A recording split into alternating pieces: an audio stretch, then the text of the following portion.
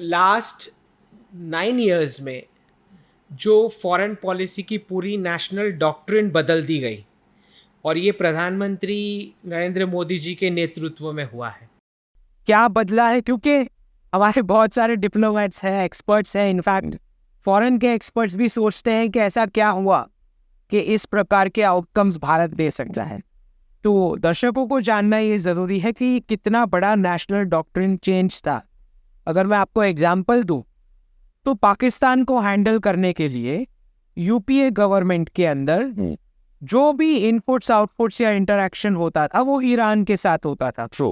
अब कोई भी बता देगा कि Iran is a anti means a Shia country, Shia majority, तो ईरान के इनपुट्स क्यों काम आएंगे पाकिस्तान हैंडल करने को? So if you want to handle Pakistan you have to deal with countries who have influence within Pakistan, which was Saudi Arabia and UAE. True, जो उनको पैसा देता है और ना सिर्फ पैसा देता है, बहुत सारे उनके फैक्शंस उनके पेरोल पे होते हैं, चाहे वो क्लेरिक्स हो, ISI हो, आर्मी हो या पॉलिटिशियंस हो।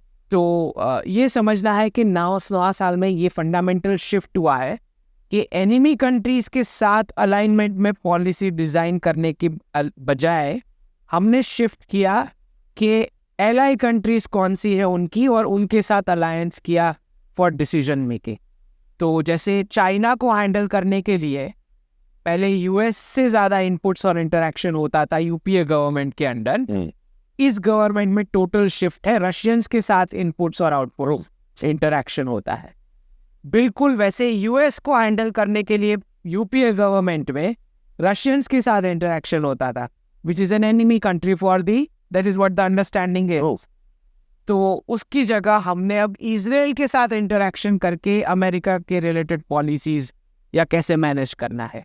तो this is the shift, doctrinal shift which has come in the foreign policy, जो जिसकी वजह से इस प्रकार के मिराकुलस आउटकम्स आपको देखने मिलते हैं।